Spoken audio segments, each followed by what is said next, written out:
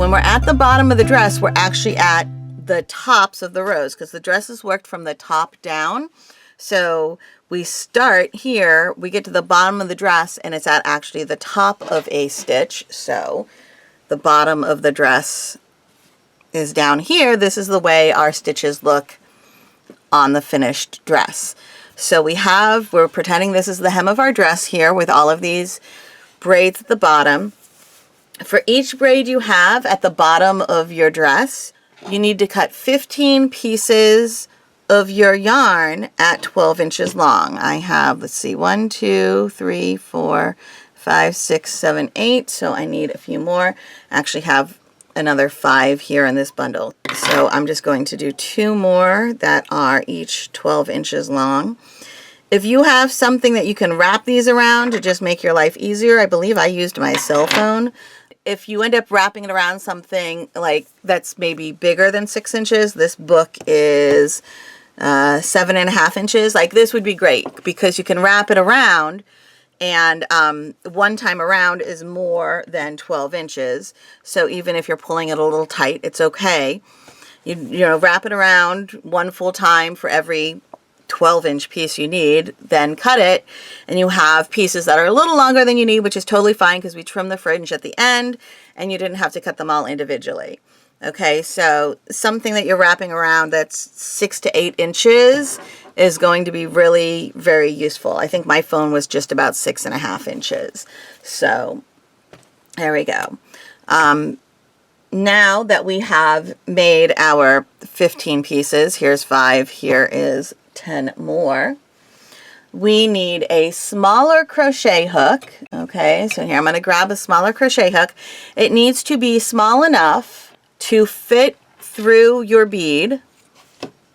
Okay, you need to be able to get the bead onto the neck, but large enough that you can actually grab the yarn, and you'll see what I mean here.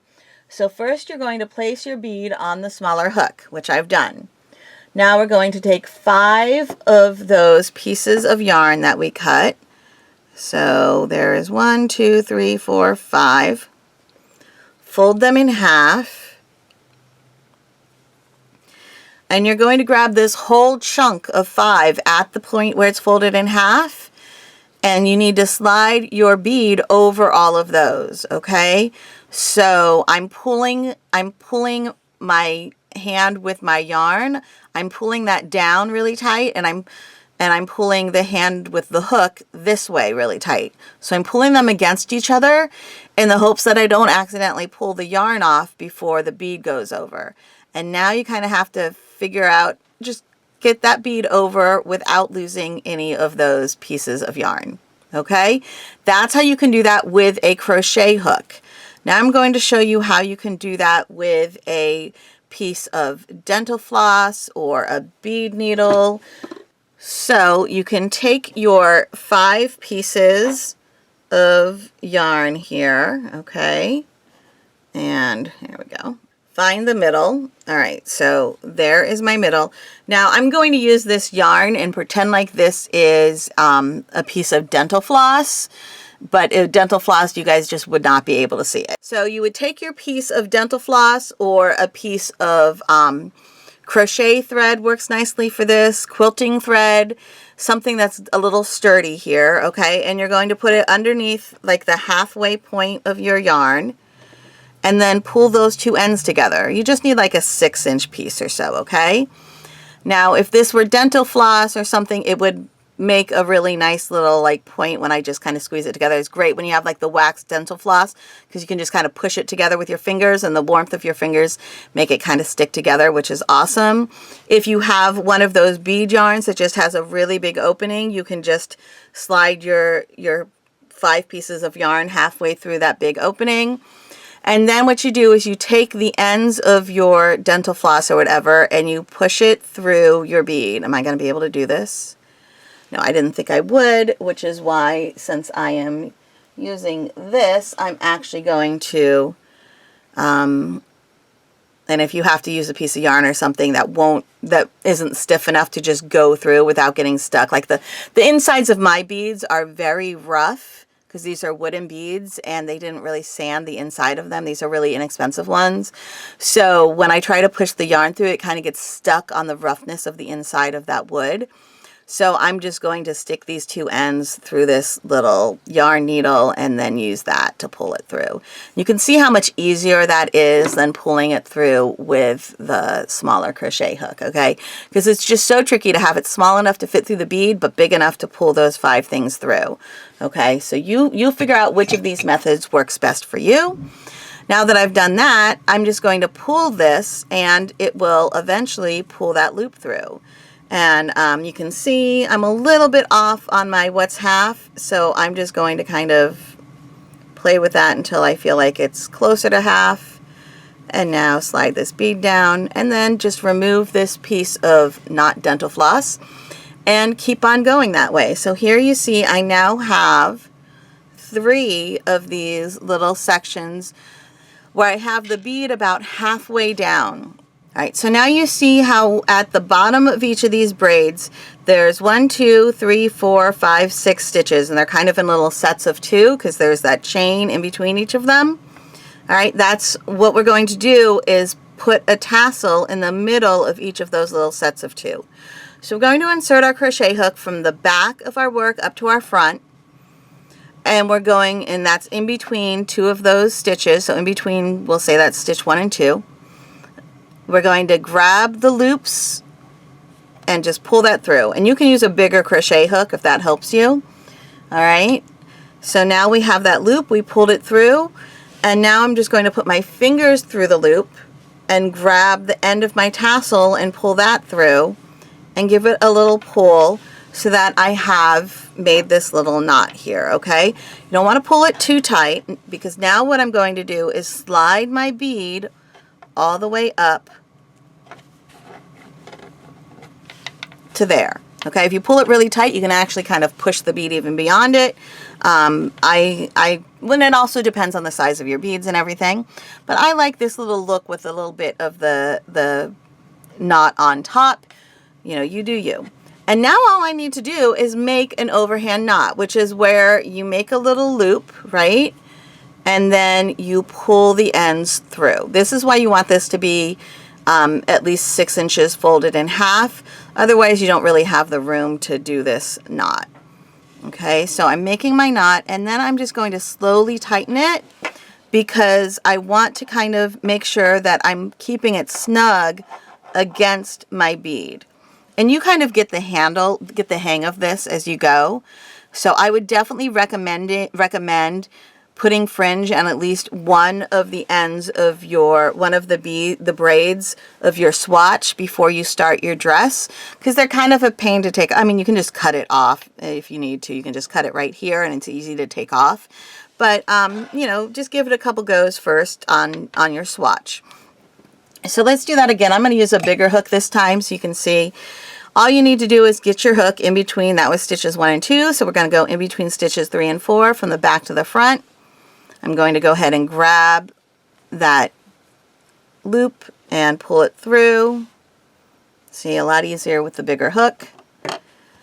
And now take this loop, get my fingers in between all 5 of those, pull my ends through, tighten it up, and then slide the bead to the little knot area. And then, here we go, I want to tighten it a little bit more. And then make my overhand knot.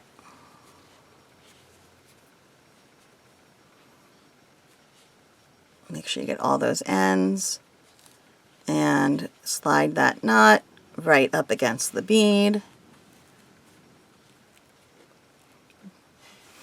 And one more hook from back to front. Grab the bundle, pull it through.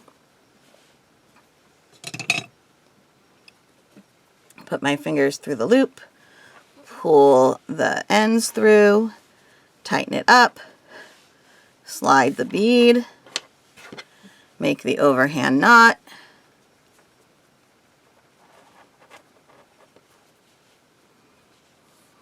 Okay.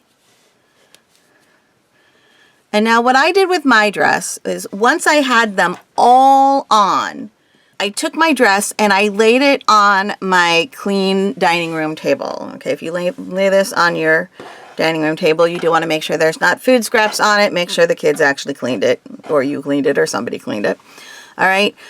So I laid it out on my clean dining room table, and I very carefully laid it out so that even though it's folded in half, obviously, when you lay it out, I kind of made it so that when it was folded in half, the braided sections kind of one layer fell halfway between the braided sections of the other layer, so that I just had a whole row of little beads going across, and I made sure that the two layers ended at the same point. So it took a little bit of time to just get it all laying all nice and neat. We're going to use this book and pretend it's the end of the table. All right. You can take your dress and line it up and get those tops an even distance from the edge of the table, because then this is an even easier way to cut it. All right, so let's say I've made sure that I've got it, folded in half. This bottom is at the same distance from the edge of the table all the way across. And then all you need to do is hold things down and very carefully just cut right at the edge of your table. It's so much easier to do that because you don't have to slide that bottom of your scissors between the table and the yarn.